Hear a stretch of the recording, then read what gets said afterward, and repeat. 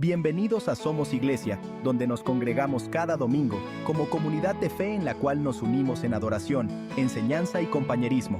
Te invitamos a abrir tu corazón y dejar que el mensaje de hoy te direccione a dejar que Cristo transforme tu vida. Mañana para estar en la casa del Señor, para compartir la palabra, para aprender todos juntos un poco más del Señor y de lo que Él quiere y espera de nosotros.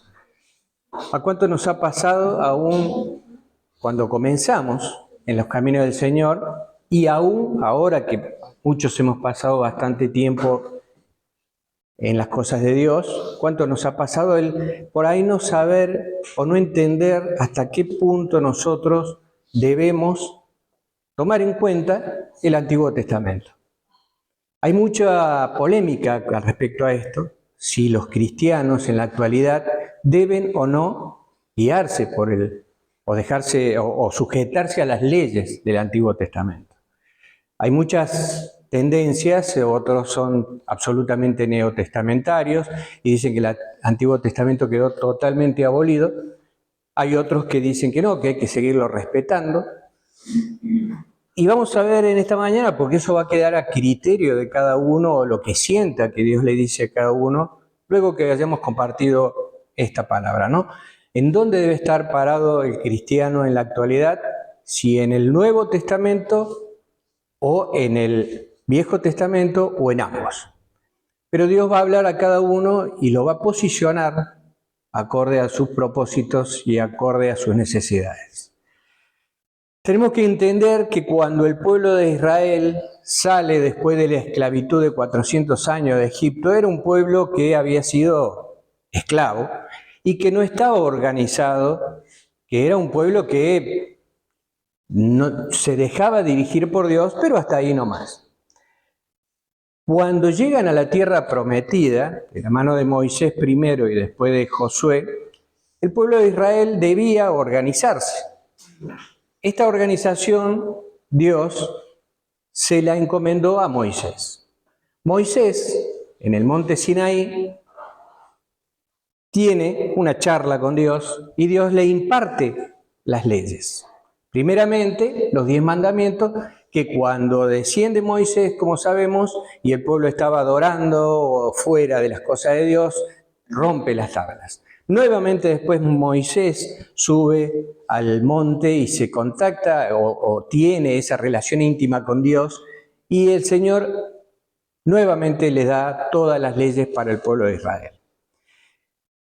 La ley fue hecha para el pueblo de Israel, porque cuando ustedes leen Deuteronomio, Levítico, todos esos libros del Pentateuco dice, dile al pueblo de Israel, era para el pueblo de Israel. Podemos dividir el Antiguo Testamento en 3 partes, ¿no? Las leyes, digamos, no el Antiguo Testamento, perdón, las leyes. Leyes ceremoniales, leyes judiciales y leyes, ceremoniales, civiles y morales. Pero primero vamos a ver qué es la ley básicamente para el israelita y qué sería lo que significaría para nosotros el día de hoy. La ley nos da el conocimiento de pecado, dice la palabra. Esto está en Romanos 3:20, porque por las obras de la ley ningún ser humano será justificado delante de él, ya que por medio de la ley es el conocimiento del pecado. Desde Adán, pasando por Abraham hasta llegar a Moisés, el ser humano siempre ha tenido un conocimiento cierto de lo que está bien y de lo que está mal. De hecho, como Caín sabía que había cometido un error al matar a su hermano, porque tenía un cierto conocimiento del bien y del mal. Porque si no, no habría sabido que matar era mal. Sin embargo, lo hizo. Luego pasa por Abraham, el padre de la fe, o sea, el hombre creyó en el Señor, se dejó guiar por el Señor, confió en el Señor, y Dios hizo un pacto con Abraham de que iba a ser multiplicado y que de él iban a salir naciones y reinos, en gran manera. Pero hasta aquí el pueblo no tenía una cabal un cabal conocimiento de lo que era el pecado. Entonces Dios con las leyes, como dicen Romanos, les da un conocimiento del pecado, de lo que debían hacer y de lo que no debían hacer. Así todo, la ley en Romanos dice Pablo, la ley es santa, Romanos 7:12, de manera que la ley a la verdad es santa y el mandamiento justo, santo y bueno. Entonces, lo que es bueno vino a ser muerte para mí. De ninguna manera, más bien el pecado, para mostrarse como pecado, produjo en mí la muerte por medio de lo que es bueno. La ley era buena, era necesaria, nos daba o les daba conocimiento del pecado, pero también les creaba una gran responsabilidad porque ya sabían lo que debían hacer y lo que no debían hacer para no caer en pecado. Pero la ley también nos dice en Romanos 7:1, Pablo, la ley tiene dominio sobre nosotros. La ley esclaviza. ¿Acaso ignoráis, hermanos? Hablo con los que conocen las leyes, dice Pablo, que la ley se enseñorea del hombre entre tanto que éste vive. Cuando nosotros, como en la vida actual, empezamos a crecer y empezamos a empaparnos, ya desde los padres, cuando nos empiezan a poner reglas, y después de las leyes civiles, lo que tenemos que hacer o dejar de hacer en las casas, en los barrios, en las calles, y sí, en cierta manera la ley nos encasilla, ¿no? Nos marca un rumbo a seguir y si nos salimos de eso, la justicia va a caer sobre nosotros. Bueno, la ley de Dios es eso. Encasilló un poco, por decir así, al israelita del momento, y si se salía de eso, era justiciado. Tenemos casos que la ley dice, si un hijo deshonra a los padres lo pueden llevar con los ancianos y puede ser apedreado, muerto. Fíjense lo duro de la ley, fíjense lo tremenda de la ley. Pero hay que situarse en tiempo y espacio porque muchos dicen, Dios era un Dios terrible. En realidad no, estamos hablando de miles de años de atrás en que la sociedad y el mundo era otra cosa, no es lo que soy. Había que situarse en ese lugar para poder entender las leyes de Dios y toda la palabra de Dios. Cuando nosotros no aprendemos un poco de la historia, de la situación sociocultural de los pueblos, ahí es donde comienzan errores de interpretación. Dice que también la ley los ponía bajo maldición. ¿Por qué? Porque todos los que dependen de las obras de la ley están bajo maldición, pues escrito está, maldito sea el que no permanezca en todas las cosas escritas en el libro de la ley para cumplirlas. Es dura la ley, o sea, a ver, no tiene ni blanco, no tiene tibio, es blanco o es negro. Es dura la ley, es tremenda. Todos los que dependen de las obras de la ley están bajo maldición, la maldición de la muerte, tanto espiritual como física. No nos olvidemos de eso porque muchos de las transgresiones, por ejemplo el adulterio, era castigado con la muerte. Muerte física. La ley también nos dice, la palabra, que para los israelitas era como un ayo. ¿Qué quiere decir un ayo? Un tutor, un cuidador, un guía. Pero antes de que llegara la fe estábamos confinados bajo la ley, encerrados para aquella fe que iba a ser revelada. Para que se entienda bien lo que era un ayo, es como cuando un niño tiene una gran herencia, pero es menor. Le ponen un cuidador y administrador. Aunque el niño es el dueño de todo, el administrador, el cuidador es el que le marca los pasos a seguir, cuida de él y cuida de los bienes de él. Es un poco eso lo que significaba la ley para el israelita de esa época. ¿Con qué? Con el fin de que como el niño que va a heredar se haga mayor, crezca y llegue a tomar posesión de esa herencia. Lo mismo, la ley lo que tendía era llevarnos hacia lo que iba a venir. Toda la ley, todo el Antiguo Testamento era una sombra, un tipo de lo que iba a venir, que era el Mesías, Cristo Jesús. La ley es mal interpretada muchas veces en la actualidad. ¿Por qué? Porque si nosotros vamos a cumplirla a rajatabla, nos vamos a encontrar que la ley nos provoca todo esto. Sí nos da conocimiento de pecado, pero también nos esclaviza, nos encierra. La ley se torna un poco ese tutor o mentor que deberíamos tener si la aplicamos en nosotros en la actualidad. Pero para poder aplicarla, como algunos promulgan, que hay que tomarla la ley en su totalidad, para poder aplicarla tenemos que tener en cuenta algunos puntos. Por ejemplo, estar circuncidados, Gálatas 6:3, y otra vez testifico a todo hombre que se circuncida que está obligado a guardar toda la ley.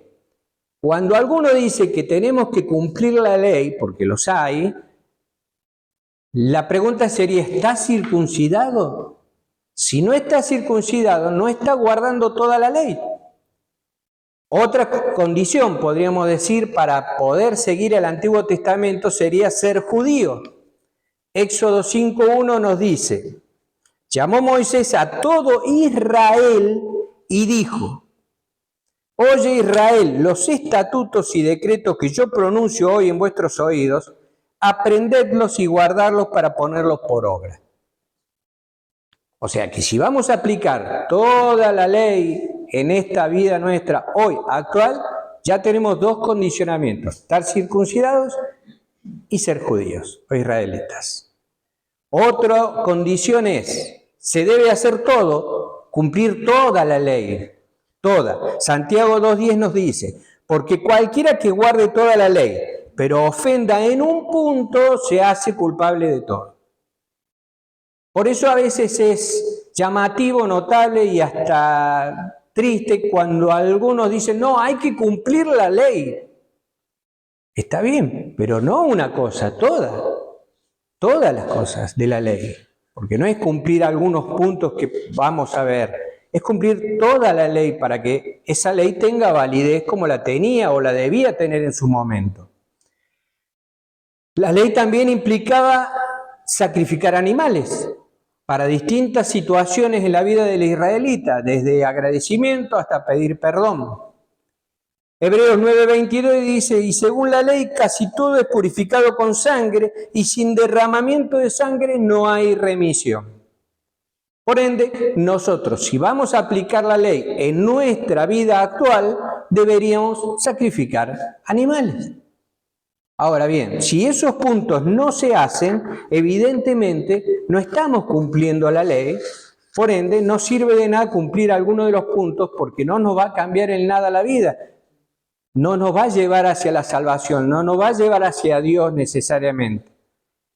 Estos sacrificios que se hacían era un tipo de lo que iba a venir con el sacrificio de Cristo. Él iba a cerrar con su sacrificio esta parte de la ley. ¿Deben los cristianos obedecer? Entonces la gran pregunta es el Antiguo Testamento, y voy a leerles Gálatas 3:23-28. El que lo quiere buscar, si no lo lee en la pantalla.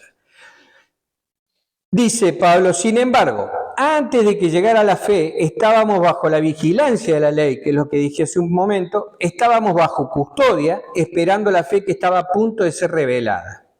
Así que la ley llegó a ser el tutor que nos guió hacia Cristo.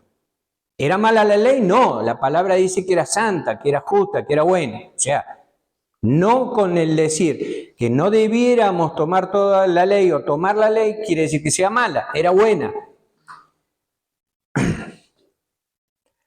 Para que nos pudiéramos, así que la ley llegó a ser el tutor que nos dio hasta Cristo para que se nos pudiera declarar justos por la fe. Pero ahora que la fe ha llegado, ya no estamos bajo tutor. De hecho, todos ustedes son hijos de Dios por su fe en Cristo Jesús, porque todos ustedes que fueron bautizados en Cristo se han vestido de Cristo. No hay judío ni griego, no hay esclavo ni hombre libre, no hay ni hombre ni mujer, porque todos ustedes son uno en unión con Cristo Jesús. Así que, por lo que dice Pablo a los Gálatas, la ley fue derogada, terminó su función. La función de tutor, la función de ayo, de cuidador, de guiarnos, una vez que vino Cristo y cumplió todo, terminó la ley. Muchos invocan que Jesús dijo, yo no vine a abolir la ley o a abrogarla. Y es cierto. Lo que pasa es que cuando Cristo lo dijo, vamos a imaginarnos, este es el Antiguo Testamento y este es el Nuevo Testamento. Cuando Cristo dijo eso, de que no venía a abolir la ley, sino a cumplirla, estaba parado de este lado. Por más que en el libro, en la Biblia, salga Nuevo Testamento, Antiguo Testamento y el Nuevo Testamento empieza con los Evangelios. Empieza con los Evangelios porque nos tiene que presentar ese Mesías, nos tiene que presentar qué hizo, qué es lo que dijo.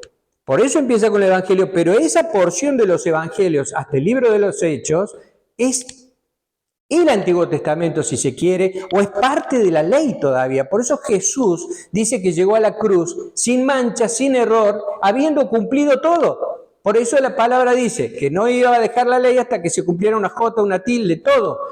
Cristo Jesús, hasta la cruz, cumplió absolutamente todo. Fue perfecto para la ley. Por ende, por eso no podía decir Cristo, no muchachos, no hagan tal cosa, aunque ya empezó a modificar la ley, porque algunas cosas que antes eran no codiciarás a la mujer de tu prójimo, ahora Jesús dice, si la mirás y la deseas, ya estás pecando. O sea, es más duro todavía, más importante. No es que la abrogó necesariamente, pero le agregó más. Y así varias situaciones. Por ende, cuando Jesús muere en la cruz, comienza y resucita, comienza el Nuevo Testamento. Cuando el velo se rasga al morir Jesús en la cruz, de arriba hacia abajo, y nos deja un lugar, un espacio amplio, cómodo, libre para entrar al lugar santísimo, comienza el nuevo pacto, el Nuevo Testamento. Por eso allí muchos invocan, Jesús dijo que no vino a abrogar la ley. Está bien, es cierto. Pero con una gran verdad se puede llegar a tergiversar la palabra de Dios y a confundir. ¿Cuál es una misión del enemigo natural, de Satanás, del diablo? Es confundir, porque en la cruz él pierde. Él pierde, la palabra dice que pierde. Y esto está bien, pero como buen diablo dice, está bien, perdí, pero voy a confundir. A todo lo más que pueda. Por eso hay tantas religiones, por eso hay tantas interpretaciones, por eso hay tantos errores. Porque el diablo es hábil en eso. Vino a confundirnos y a mentirnos permanentemente. Cuando Jesús muere en la cruz y se rasga el velo y luego resucita, comenzamos el periodo nuevo, el Nuevo Testamento, el nuevo pacto, el periodo de la gracia. Ya no estamos parados en la ley, estamos parados en la gracia. La gracia de Dios es un don gratuito, a menudo descrito con términos como inmerecido o favor inmerecido, en el que Dios no toma en cuenta los éxitos o fracasos de la gente para determinar quién recibe su amor o su vida. Dios lo da. Dios lo da. La condición es creer en su Hijo Jesús, es creer en su sacrificio, es creer en la vida nueva que nos prometió y que nos va a dar. Estando en la gracia, nosotros tenemos beneficios que antes los israelitas en la ley no tenían. No hay condenación. Romanos 8.1 dice, ahora pues ninguna condenación hay para los que están en Cristo Jesús. Ya no hay condenación para los que están en Cristo Jesús. En la gracia, como dije recién, Cristo abolió la ley, y esto está en Efesios 2.14. Dice, Él es nuestra paz, que de ambos pueblos hizo uno, Jesús, derribando la pared intermedia de separación, aboliendo en su carne las enemistades, la ley de los mandamientos expresados en ordenanzas. Cristo termina una etapa en la vida de todo creyente o de los israelitas, ¿para qué? Para que ahora todos pasemos a ser hijos de Dios. Gentiles, no gentiles, todo el mundo, que aquel que cree en el Señor Jesús y lo acepta, pasa a ser hijo de Dios. Cristo, dice Romanos 10, es el fin de la ley, pues el fin de la ley es Cristo para justicia a todo aquel que cree. También nos dice que somos en Romanos 7:6 libres de la ley. Pero ahora estamos libres de la ley por haber muerto para aquella a la que estábamos sujetos. Fíjense en todos los beneficios distintos que tenemos hoy, que podemos gozar hoy, a diferencia de los israelitas que estaban bajo la ley. La fe justifica, la ley no justificaba. La ley justifica, Gálatas 2:16, sabiendo que el hombre no es justificado por las obras de la ley, sino por la fe en Jesucristo. Cristo nos redimió. Cristo en Gálatas 3:11 dice, y que por la ley nadie se justifique, es evidente, porque el justo por la fe vivirá. Y también tenemos que en el periodo de gracia, las promesas de Dios se cumplen en Jesús. Romanos 4:13 dice, la promesa de que sería heredero del mundo fue dada a Abraham o a su descendencia, no por la ley, sino por la justicia de la fe.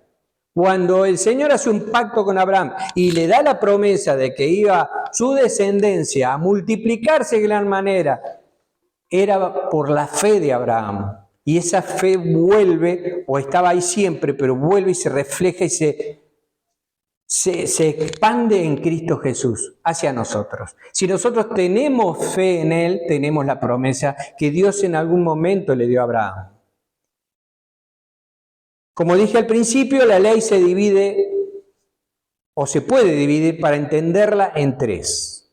Las leyes ceremoniales, que son los preceptos determinados para el culto de adoración divino, referente al sacerdocio, sacrificios, templo, limpieza, ahora se cumplen en Jesús. Por lo tanto, ya no son vinculantes. Estas leyes ya no nos obligan porque Jesús es nuestro sacerdote, templo, sacrificio, etc. Por ejemplo, cuando tenemos los 10 mandamientos, muchos dicen, bueno, pero los 10 mandamientos no hay que cumplirlos. Sí, y el sábado, porque de los 9, de los 10, hay uno que es el más problemático para entender, el sábado. Y el sábado entra dentro de lo que es una ley ceremonial. Por ende, si las leyes ceremoniales no debiéramos seguirla, porque deberíamos seguir varios pasos que tenía el sábado. En el sábado también se sacrificaban animales.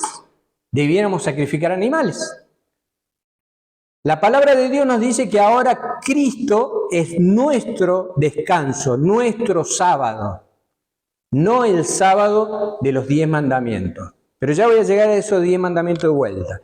Las leyes civiles, dentro de la ley estaban también las leyes civiles, que son preceptos judiciales determinados para mantener la justicia entre los hombres. Son aquellas leyes relativas al gobierno de Israel como nación.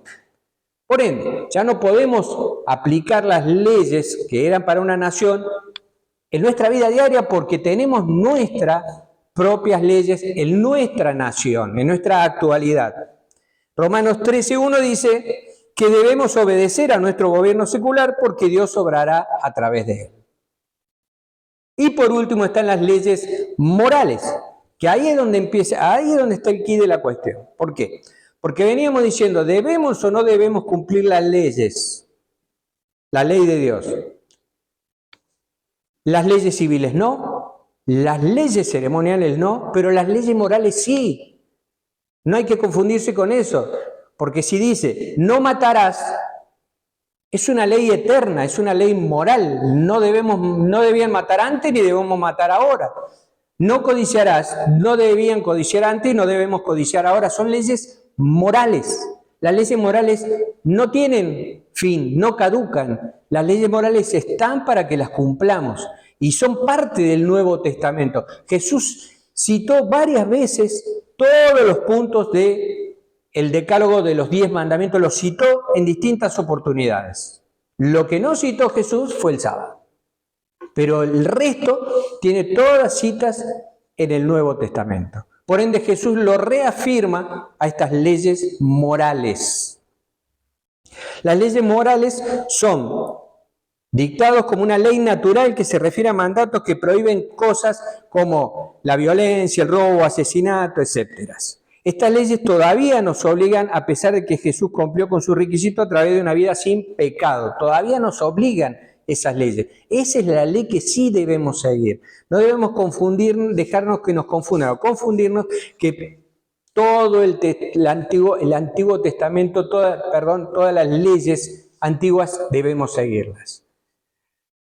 Algunos invocan dentro de las leyes que debemos seguir el tema, vuelvo a decir, de los sábados, si debemos cumplir o no el sábado. El cuarto mandamiento, que es el día sábado, que yo dije, a ver, los 10 mandamientos son leyes morales, pero tenemos el cuarto mandamiento que es ceremonial.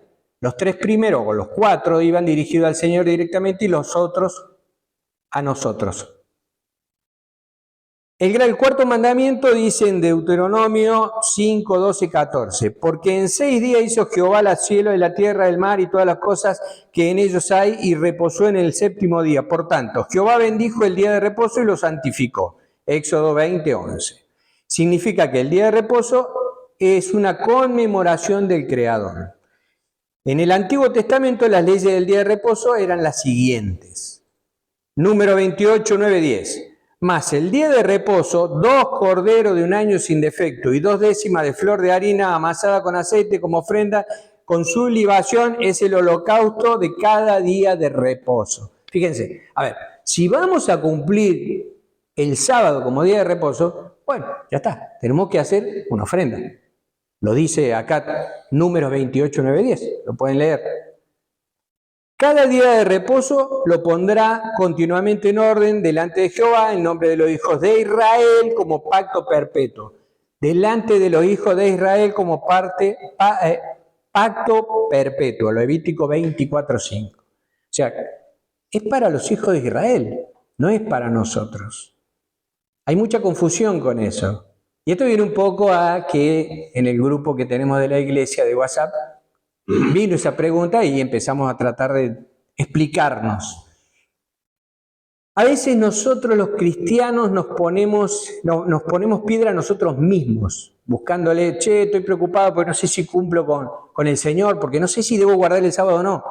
A ver, ¿te preocupás si mentís todos los días? ¿Te preocupás si cumplís con Dios todos los días? ¿Te preocupás si orás a Dios todos los días? ¿Te preocupás si tenés una relación personal con Dios todos los días? ¿Te preocupás si perdonás a tu prójimo todos los días? Y tantas cosas más para preocuparte si cumplís el sábado o no cumplís el sábado. Pero la aclaración está bien que la tengamos. ¿Por qué? Porque a esta misma persona vino otra de otra denominación y le dijo, no, por mí, este señor está equivocado, los sábados lo tenemos que cumplir porque está en la palabra. Ahora bien, yo me pregunto, ¿esta persona de esta otra denominación hace los sacrificios que tiene que hacer los sábados? ¿Mata 2 becerros, como dice acá Deuteronomio? Pregunto, ¿no? Porque si vamos a cumplirlo, hagámoslo bien. Porque como ya hemos escuchado antes, si no cumplimos toda la ley, no la cumplimos. No la cumplimos. Por eso también dice la palabra, tú hablarás a los hijos, Éxodo 31, tú hablarás a los hijos de Israel. Volvemos siempre, porque no se presta atención a eso. Dios habla a los hijos de Israel. Algunos saltan, pero el Israel nuevo somos nosotros. No, Israel es Israel. Nosotros somos cristianos, que en un principio eran los del camino, le decían. ¿Por qué? Porque seguían a Jesús. Tú hablarás a los hijos de Israel diciendo, en verdad vosotros guardaréis mi día de reposo porque es señal entre mí y vosotros por vuestras generaciones, para que sepáis que yo soy Jehová, que os santifico. Así que guardaréis el día de reposo porque santo es a vosotros. El que lo profanare, de cierto morirá. Pregunto, a esos que dicen que hay que guardar el día de reposo, ¿lo guardarán realmente bien? Porque si no, lo tenemos que matar. Alguien los tiene que matar para hacer justicia. Porque la Biblia lo dice. Fíjense, ¿no? Ahora Romanos, Pablo, nos dice, ¿tú quién eres que juzgas al criado ajeno? Para su propio Señor está en pie o cae, pero estará firme porque poderoso es el Señor para hacerle estar firme. Uno hace diferencia entre día y día, otro juzga iguales todos los días. Cada uno esté plenamente convencido en su propia mente. Para nosotros, en este pacto nuevo, Todos los días debieran ser día de reposo, o casi todos los días, o el día que nosotros podamos hacer un día de reposo. ¿Qué significa? ¿Que nos vamos a rascar el ombligo en una hamaca paraguaya? No, es un día para el Señor, para tener comunicación con Él, un contacto directo con el Señor, dedicárselo a Él, cada cosa que hagamos. Cualquier día de la semana o todos, depende de las posibilidades o necesidades de cada uno. Está en nuestra mente, dice Pablo, el día de reposo, el día que le vamos a dar al Señor una ofrenda de presencia, si se quiere decirlo así. Le voy a ofrendar mi vida al Señor. Le voy a dar ese día porque quiero tener una comunicación con Él. No voy a hacer otra cosa que estar en contacto directo con el Señor. Que es como cuando se hacen ayunos, que también mal interpretados los ayunos, se dice ayunen, hacen huelga de hambre. Mientras tanto ven la novela o ven esto, aquello. No, el ayuno real, el que Dios quiere, es un ayuno que nos conecte con Él, que sea un día para Él. Que nuestra carne aprenda a sacrificarse por el Señor. Ese es el sentido del ayuno, no es huelga de hambre. Por tanto, dice Colosenses, Pablo nuevamente, nadie juzgue en comida o en bebida en cuanto a días de fiesta, luna nueva o días de reposo. Nadie tiene que juzgarnos si nosotros queremos hacer tal o cual día, el día de reposo. Otro tema es también dentro de lo que se aplica, que dicen, hay que cumplir el Nuevo Testamento, es el tema de los diezmos. Ese causa urticaria, a todos nos causa urticaria, nos causa. El diezmo fue instituido al pueblo de Israel, hay que leer bien Deuteronomio, se daba cada un año y era en especies, era la cosecha, lo que el trabajo de una persona le daba en frutos y bienes, se lo debían dar al levita, al Señor, pero al levita, de la tribu de Leví, no a nadie más. Se daba cada un año y otros diezmos se daban cada 3. Y esos diezmos cada 3 se separaba para la huérfana, para la viuda, para el pobre. No era de plata, no era toda la semana ni todos los meses. Me van a decir algunos, bueno, pero la plata es lo que tenemos hoy. Está bien, pero se daba cada un año. Y se daba al levita. Ahora, que un pastor esté frente a la iglesia no quiere decir que sea de la tribu de Leví. Si vamos a cumplir el Antiguo Testamento, yo debiera viajar, o debiéramos todos hacer un tour a Israel y buscar quién es levita y darle nuestros diezmos. Porque ese era el mandamiento. Había que sostener al levita. Mal se aplica el día de hoy. Cuando nos amenazan con Malaquías, leen Malaquías, la parte que dice, me ha robado, pero no leen al principio. Al pueblo de Israel profetizarás, le dice a Malaquías Dios. O sea, es para el pueblo de Israel lo que dice Malaquías. No es para nosotros. Se malinterpretan muchas cosas de la palabra de Dios, porque no se lee. Y los que muchas veces están de este lado, manipulan ciertas situaciones. Y yo digo, pucha, qué bien nos puso a veces el Señor que somos ovejas. Porque viene un pastor o un lobo vestido de pastor y nos lleva con la promesa de pastitos tiernos y agua fresca. Y nos saca toda la lana. Nos dejamos manipular. ¿Y por qué nos pasa eso? Porque no estudiamos la palabra de Dios. Porque no la leemos, porque no la aprendemos, porque no la meditamos, porque no la comparamos, porque no dejamos que llene nuestra mente y nuestro corazón. La palabra de Dios. Porque nos quedamos con manifestaciones, sentimientos, sentidos, pero de conocer la palabra, poco y nada. Entonces viene alguien, se para aquí y dice que hay un mandamiento que el Señor da y uno agarra viaje, como se dice, porque quiere hacer bien las cosas. No lo hace de malo, quiere hacer bien las cosas, pero el de aquí te manipula. No estoy en contra, por supuesto, y lo aclaro, del diezmo. Al contrario, la palabra dice claramente que al levita había que apoyarlo, que había que mantenerlo, que había que sostenerlo, porque no tenía parte en la heredad de las otras tribus, la tribu de Leví, por estar dedicado a la obra del Señor. ¿Está mal diezmar? No, no está mal diezmar, lo digo a usted y a los que están en las redes. El que lo quiera hacer, lo puede hacer, pero lo tiene que hacer de corazón. Quiere dar un 5%, da un 5%. Quiere dar un 20%, un 20%, un 100%, un 100%. Pero no puedo yo pararme acá y decir que es un mandamiento del Señor, porque Jesús no lo dijo, el Nuevo Testamento no lo dice y Pablo no lo dice. Cuando el Señor habla de que se daba, lo hace diciendo, por ejemplo, en el caso de la viejita o viuda que se acerca al templo y da la ofrenda, dicen, miren, ella dio el 100% de lo que tenía, no dio el 10%. Jesús dice, dio el 100%.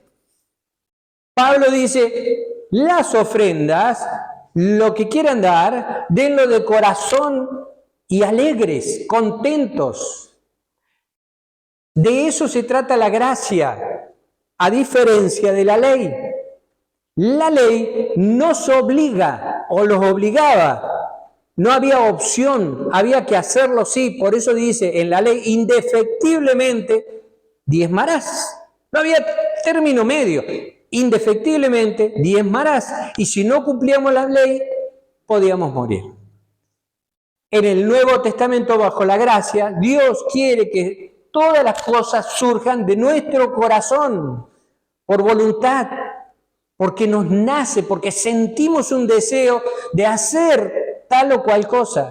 Llámese darle al Señor bienes, primicias o lo que sea, ayudar al pobre, compartir la palabra. Tiene que hacerse de corazón y porque uno quiere y desea hacerlo y lo necesita, así como necesita alimentarse todos los días.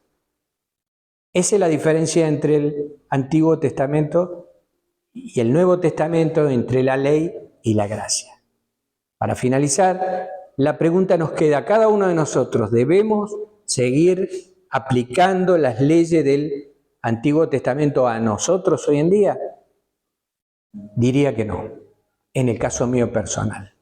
Los dejo a usted el criterio de escudriñar todo lo que se habló, buscar en la palabra si es cierto, comparar, indagar, analizar, preguntar y por sobre todas las cosas orar al Señor para que el Espíritu Santo les dé el discernimiento a cada uno de ustedes, a cada uno de nosotros, de lo que Dios quiere para nuestras vidas. Dios quiere que todo lo hagamos por amor. Pasarán las profecías, pasará todo, pero el amor no va a pasar. Sobre todo el amor de Dios hacia nosotros. Por eso nos envió a su Hijo para darnos esta gracia inmerecida de la que hoy podemos disfrutar. Lo invito por el ser.